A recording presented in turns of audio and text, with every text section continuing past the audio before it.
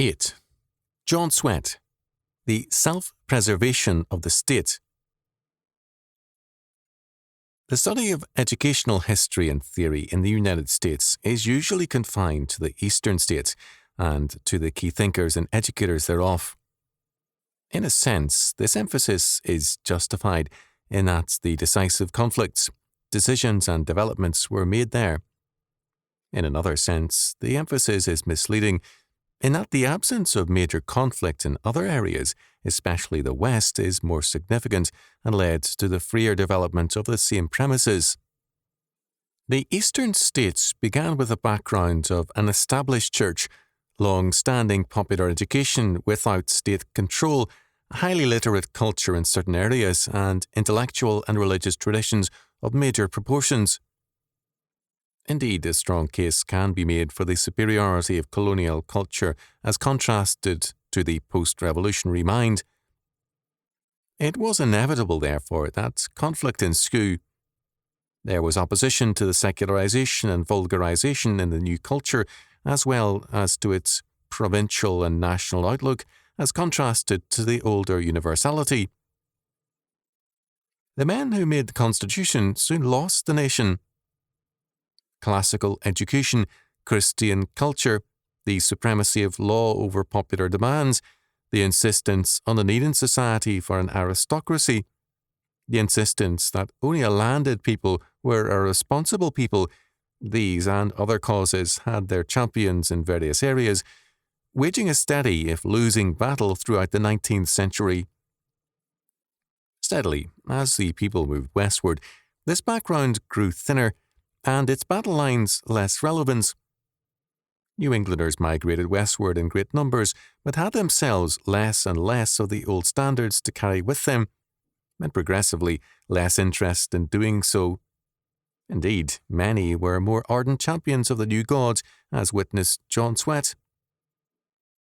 Swett sailed from Boston Harbour September 15, 1852, in the merchantman Revere, bound for San Francisco by way of Cape Horn, arriving there on the last day of January 1853. Here was a man whose background included, among other things, the old Calvinism, the age of homespun and its independence, and the memories of the Revolution, sailing on a ship named Revere. But rather than a new Revere to cry alarm at the new redcoats of statism and taxation, Swett landed to seek gold first, and feeling that to teach and to espouse state power in the schools. His life's motto came not from the Catechism, but from Horace Mann. Be ashamed to die until you have won some victory for humanity. Humanity is a vague, unshapen mass, hard to serve unless organized, and hence such service and victory must have reference to organized humanity, the state. Evolutionary, Hegelian and nationalistic thinking had served to reinforce the growing idea that the true society of man is the state. In California, Swett found the vast territory filled with willingly displaced men like himself, men whose California politics were determined in terms of pro-Union or pro-Southern interests. The local issues were rarely as pressing for some years to come. Churches, schools and clergymen existed, but their roots were not deep. They had not created the California culture, if such existed, but had only been added to it, a radically different picture from much of the Atlantic seaboard. Only one group in California had any roots, the Church of Rome. Its original adherents, however, were Spanish and Mexican, people who were now aliens in their own territory, and aliens as well to many of the American Roman Catholics. The fact that the incoming Americans were increasingly divided in terms of northern and southern allegiances further complicated the picture. All shared, however, in a common pride in California and its wealth. California became a state in 1850 without the usual preliminary stage of territorial government, without indeed the development of a common public opinion or heritage, and yet with a tremendous common pride and ambition. The State Superintendent of Public Instruction was called for in the state constitution adopted in 1849, before a system of schools had even been created. Except for San Francisco's school committee and school, very few other public schools existed in the state, and the history of these is known only by tradition. Private schools existed, but were new and had not developed strength in tradition and roots. This fact separates California and other states from the eastern areas, where long-standing systems were gradually taken over by the state, usually with great controversy. In California, it was presupposed that such was the proper procedure, and that the various church and private schools were but preliminary stages in the development of the school system. Swett was the fourth man to serve as state superintendent, and the decisive man framing the basic legislation of the state system.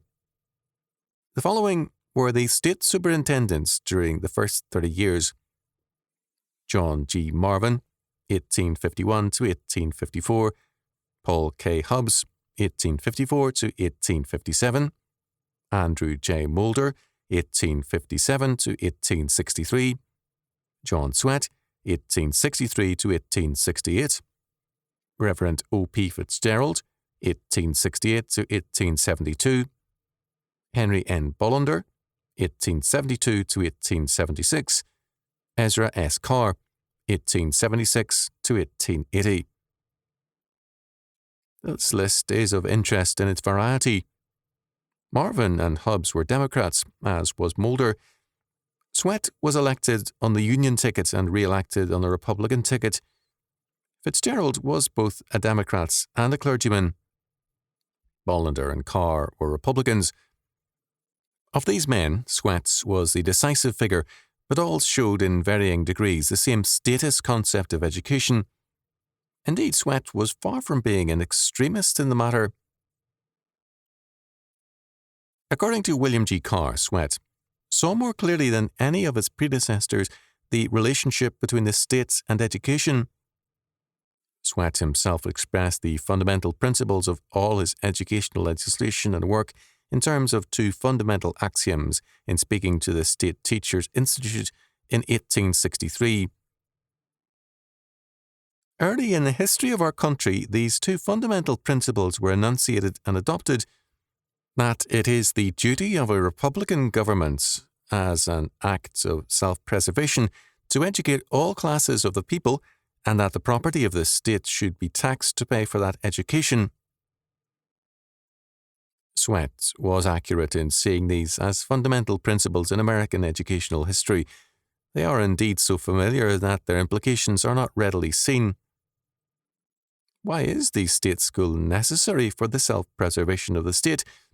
States, after all, have existed for countless centuries with even greater stability than republics have manifested, yet without state education. Swett answered in part that the franchise required educated voters, but to this it could be objected that the United States was established, its constitution written, and its basic character established without the existence of a single state school. Ignorance and prejudice have been abolished or neutralized by other forms of education. This general education of the citizens of the state can only be secured by public schools, so Swett believed and acted. Moreover, he held that such schooling should include rich and poor to prevent the formation of castes and classes in society. The only aristocracy which they recognize is that of talent, an aristocracy which always commands respect and wields power. Swett did not foresee the day when, in the name of democracy, report cards would be dropped from some California schools to prevent the recognition of such an aristocracy. What did such common school education do for man? Here, Swett turned to the ardent rhetoric of Horace Bushnell to point out that great men who had even a slight common school education were yet all educated men, because they were made alive. Somehow, reading, writing, and arithmetic, when learned under democratic circumstances, have a mystical capacity of making man and truly alive. In other words, even as men are made alive in Christ, so they are ostensibly made alive in democracy. To this mystical nationalism, Protestant liberals and modernists in each era gave ardent support, and even the Church of Rome was not without its American heresy. Thus, statist education is essential to the self-preservation of the state only if the state is seen as the total society of man and the only area in which man can be truly man and truly alive. Inevitably, such a state cannot be a free state because it cannot permit man to transcend the state, his one and only true society. The function of religion accordingly becomes the duty of providing social cement. The second axiom supported the first. The property of the state should be taxed to educate the children of the state. Notice Swett's language, very often repeated. The property of the state, not the property in the state, and the children of the state, not children residing in the territory of the state. Indeed, Swett plainly justified his language, affirming, "Children arrived at the age of maturity belong not to the parents, but to the state, to society, to the country." This ostensibly gives the state the right to reach back into the home and claim the right of jurisdiction over its property, the children. In 1864, in his biennial report, Swett affirmed and quoted judicial decisions of some eastern states to maintain the following propositions. 1. The schoolmaster and the king. In school, where the mind is first placed under care to be fitted for the grand purposes of life, the child should be taught to consider his instructor in many respects superior to the parent in point of authority. The infant mind early apprehends and distinguishes with a surprising sagacity, and is always more influenced by example and precept. When a parent therefore enters the school and by respectful deportment acknowledges the teacher's authority, the pupil's obedience and love for the master are strengthened, and the principle of subordination is naturally engrafted in the child, and in the most agreeable and effectual manner possible, that is, by the influence of example. It is by this happy conspiracy between the teacher and parent that a new power, a genial influence over the infant mind, is acquired, which is of infinite importance to the welfare and happiness of society. To aim a blow at this power would be to strike at the very basis of magisterial authority.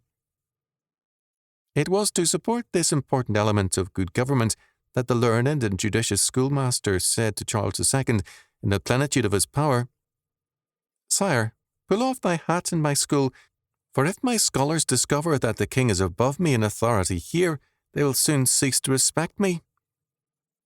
2. Every man's house is his castle. This old maxim of English law is as applicable to the schoolmaster as to any other person who is in the lawful possession of a house. It is true that the school officers, as such, have certain rights in the schoolhouse, but the law will not allow even them to interfere with the teacher while he keeps strictly within the line of his duty. Having been legally put in possession, he can hold it for the purposes and the time agreed upon, and no parent, not even the governor of the state, nor the President of the United States, has any right to enter it and disturb him in the lawful performance of his duties. If persons do so enter, he should order them out. He may use force. 3.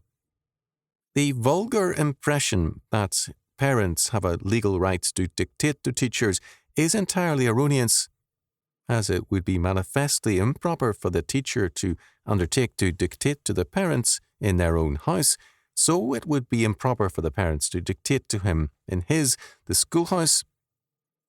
In private schools, the case is somewhat different, for the parents there, in legal effects, are the employers of the teacher, and consequently his masters, but in the common and public schools they are neither his employers nor his masters, and it is entirely out of place for them to attempt to give him orders, for there is no privity of contract between the parents of pupils to be sent to school and the schoolmaster. The latter is employed and paid by the town, and to them only is he responsible on his contract. Spear versus Cummings, 23 Pick 224. 4. The statutory law as to disturbing schools. There is no clause in it favouring parents. Consequently, if they disturb or disquiet the school, they are subject to the same penalty as others. It is the policy of the states generally to encourage education, and many of them, having established free schools, have thought proper to make provisions to protect their schools from indiscreet interference. Consequently, all well-conducted schools may now, in a certain sense, be regarded as the wards of the state. 5. Parents have no remedy as against the teacher. As a general thing, the only persons who have a legal right to give orders to the teacher are his employers, namely the committee in some states, and in others the directors or trustees. If his conduct is approved of by his employers, the parents have no remedy as against him or them. Schools are thus not extensions of parental authority, but wards of the state, extensions of state sovereignty, and so to be respected. Children accordingly become wards of the school on entry therein, and parental rights are forfeited, except, as Swett noted, in private schools. In recognition of this fact, an antipathy to and an assault on private schools was not lacking or long in developing. On March 20th, 1874, during Bollander's term of office, the California legislature made it a penal offence for parents to send their children to private schools without the consent of the local state school trustees. Section 1. Every parent, guardian, or other person in the state of California having control and charge of any child or children between the ages of 8 and 14 years shall be required to send any such child or children to a public school for a period of at least 2/3 of the time during which a public school shall be taught in each city and country or school district in each school year, commencing on the 1st day of July, in the year of our Lord 1874, at least 12 weeks of which shall be consecutive, unless such child or children are excused from such attendance by the Board of Education of the city and county, or of the trustees of the school district in which such parents, guardians, or other persons reside, upon its being shown to their satisfaction that his or her bodily or mental condition has been such as to prevent attendance at school or application to study for the period required, or that the parents or guardians are extremely poor or sick, or that such child or children are taught in a private school or at home in such branches as are usually taught in the primary schools of this state, or have already acquired a good knowledge of such branches, provided, in case a public school shall not be taught for 3 months during the year, within 1 mile by the nearest travelled road of any person within the school district, he shall not be liable to the provisions of this Act. Section 3. In case any parent, guardian, or other person shall fail to comply with the provisions of this Act, said parent, guardian, or other person shall be deemed guilty of a misdemeanour and shall be liable up to a fine of not more than $20, and for the second and each subsequent offence, the fine shall not be less than $20 nor more than $50, and the parent, guardian, or other person so convicted shall pay all costs. Each such fine shall be paid to the clerk of the proper Board of Education or of the district trustees. The self-preservation of the state thus involved enforced state education, and its goal was democracy and a democratic culture. Ezra S. Carr, one of Swett's successors, was vocal on the point, with Swett's earnest agreement. In September 1875, Carr spoke on child culture before the State Agricultural Society. His concern was how to grow a crop of sound-bodied, right-minded, clean-hearted children who will take to work as naturally and kindly as a duck takes to water. Culture realized, culture put to work, was the need of the state, Carr believed, in agreement with many of his day. Agricultural and industrial education were thus needed.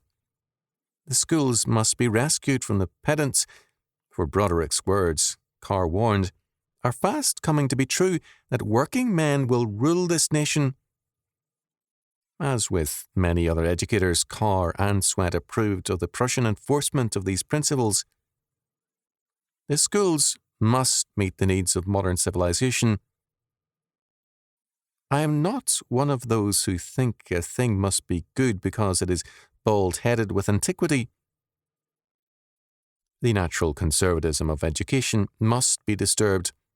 Activity, manual and physical activity, are essential.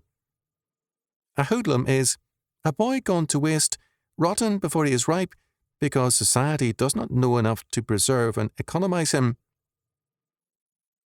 The fault is thus society's, not man's, and action must be social, not personal. The monastic background of education makes it impractical. The European centrality and dominance can be broken, Carr urged, now that California is the supplier of gold to all nations, with an education that will be practical and designed to give California the desired world supremacy, and industrial supremacy is the prize of industrial education.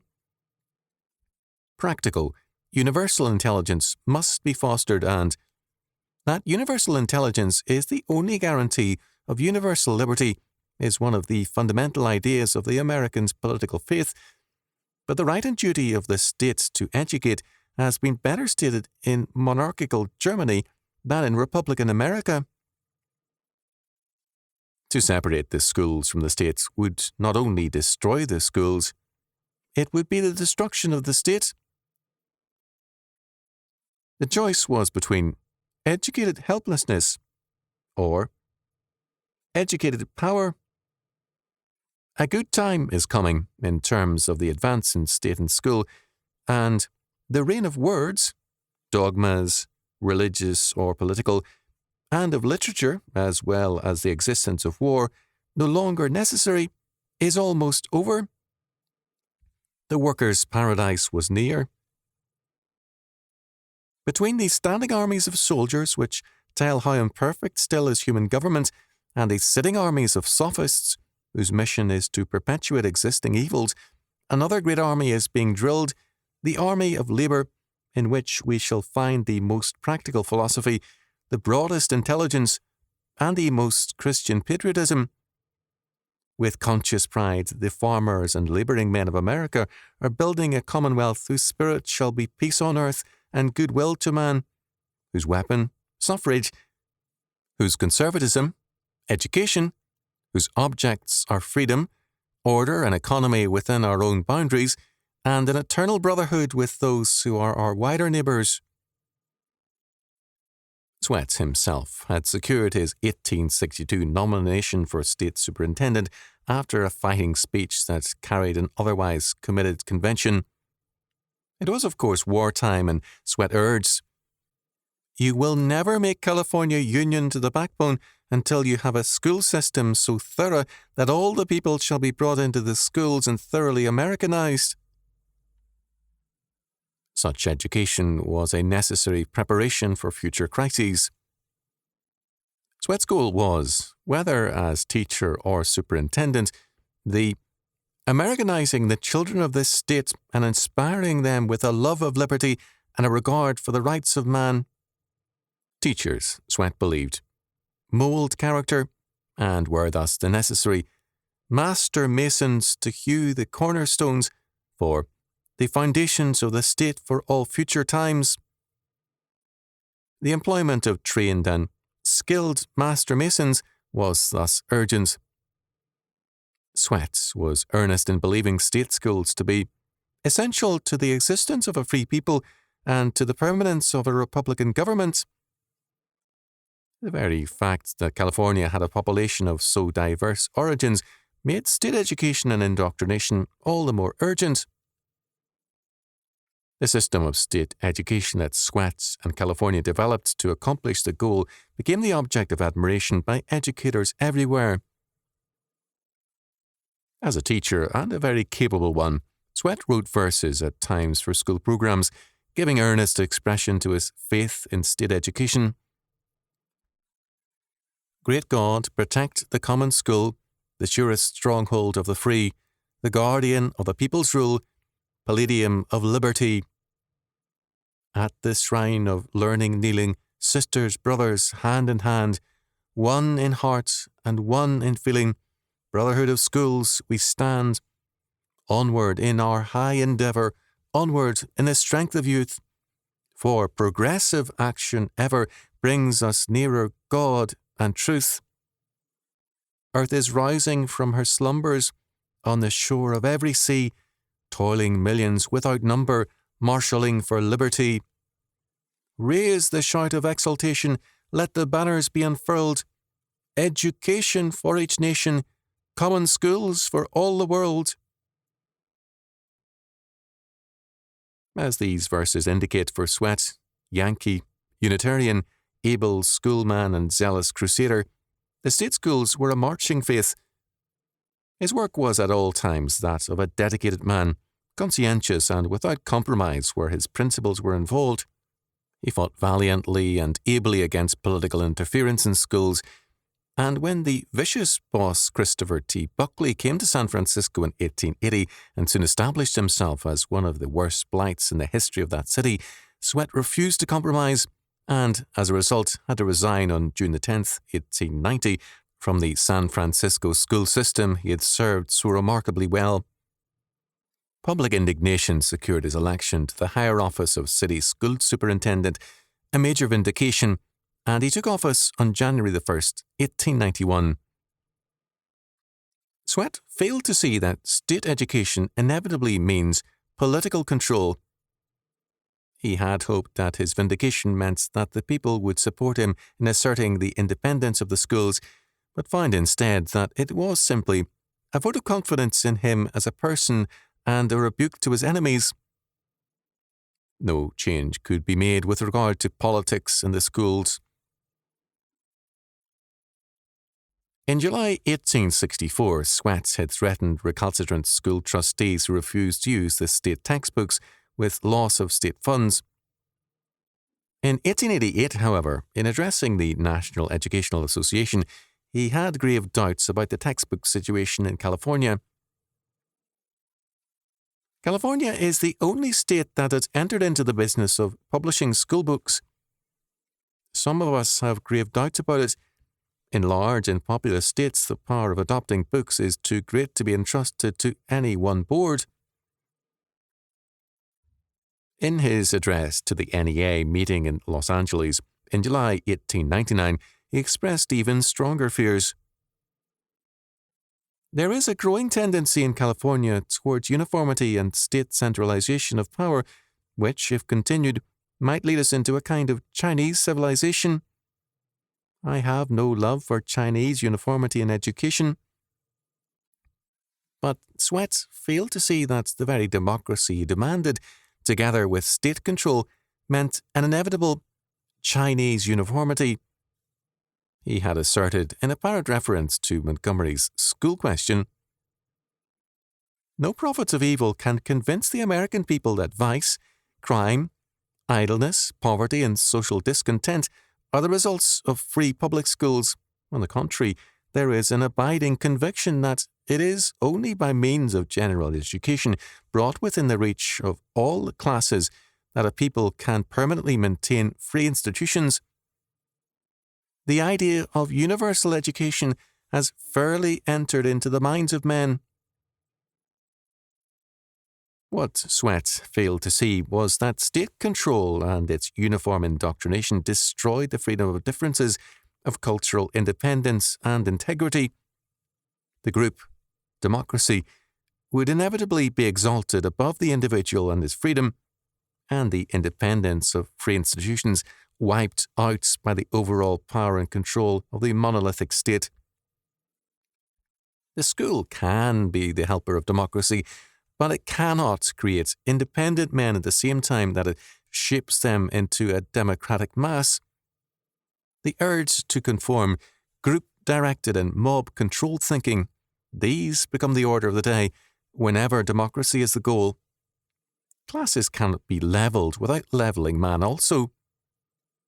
An aristocracy of talent and intelligence cannot prevail in a culture which is hostile to an aristocracy in any form and to any and all independence by man of mass man. Swett and his many dedicated fellow workers believed earnestly in both state schools and independence. In the end, the state schools won, and Swett himself could see signs of a dreadful Chinese uniformity. But Swett, an eminently practical man, saw more than most of his contemporaries. However, other educators soon saw the impossibility of the earlier ideal of democracy. One of these, a noted and not sufficiently appreciated Californian, was Elwood P. Cubberley of Stanford University, whose extensive writings influenced 2 generations of teachers. Writing in 1909, Cubberley observed, "Our city schools will soon be forced to give up the exceedingly democratic idea that all are equal and that our society is devoid of classes, as a few cities have already in large part done, and begin a specialization of educational effort." Moreover, Cubberley insisted, "The evils and shortcomings of democracy are many and call loudly for remedies and improvements. The way out is to awaken a social consciousness as opposed to class consciousness, to emphasize, in effect, the group as against the individual and his equality or inequality, and to this end, our teachers must become more effective social workers." The development here is very significant.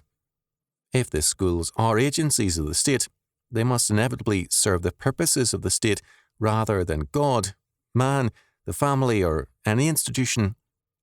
Furthermore, if democracy in its total sense be abandoned, then this mass society must become a state governed by philosopher kings or Platonic guardians for the welfare of the state and its citizens, and state schools are to be used to that end. The free state gives way to the welfare state, and pure democracy is sacrificed to total control. Briefly outlined, this is the development. First step. The self-preservation of the state as the total society of man is seen as necessitating state schools. The goal is the independence of man in a democracy. Second step. Earnestly, as both man's freedom and democracy are maintained, gradually the levelling demands of democracy call for the surrender of liberties to democracy, and rugged individualism becomes anathema, and independence antisocial as democracy gains sway. Third step. As the state grows in power, society becomes less free and also less democratic. Democracy now begins to give way to a more realistic appraisal of society, whereby total control is necessary to further the welfare of the masses. Thus, democracy is sacrificed to total control in the name of social or state welfare. This third step was in plain spoken evidence after World War I and more vocal after World War II. According to one high school principal, 1/3 of the youth cannot be taught to read and must be classified as a non-verbal type, who for the life of them cannot master the mechanics of pronouncing and writing words. Of the remaining 2/3, it must be assumed that only a minority, those perhaps congenial to the hierarchy, can qualify for the ranks of the Platonic guardians of society. In terms of this growing contempt of liberty and insistence on welfare control, students must be protected from such disturbing things as religion. Recently, as Russell Kirk has pointed out, a division of the University of California prohibited membership in the local InterVarsity Fellowship, an evangelical Christian study group, because religious discussion ostensibly made students neurotic. The Dean of Women was ready to grant the girls permission for a Marxist discussion group, but not a Christian group. The ban against any student group discriminating against any race, colour or creed could be used at any university branch against Roman Catholic Newman clubs, Armenian Students Club, or any society having such a restricted basis of membership. Again, as Kirk has stated, the state of California has taken action through its Department of Social Welfare against Mrs. Lila Jorla Mellon of Berkeley, who conducts a melody workshop for children of 3.5 to 5 years of age. The state insists that a nursery school must be licensed and must have certain required equipment, including hammers, nails, live ducks and rabbits, a punching bag, a stripped old car and the like. To restrict children to their desired musical training is regimentation of children. Freedom is thus called regimentation, and regimentation, freedom. To have determined principles is to be discriminatory and hence evil. Ultimately, the self-preservation of the state becomes the obliteration of all things, including man, that dare set themselves apart from the state, and requires the creation of an ant-hill society. Towards the creation of that ant-hill society, great strides have been made.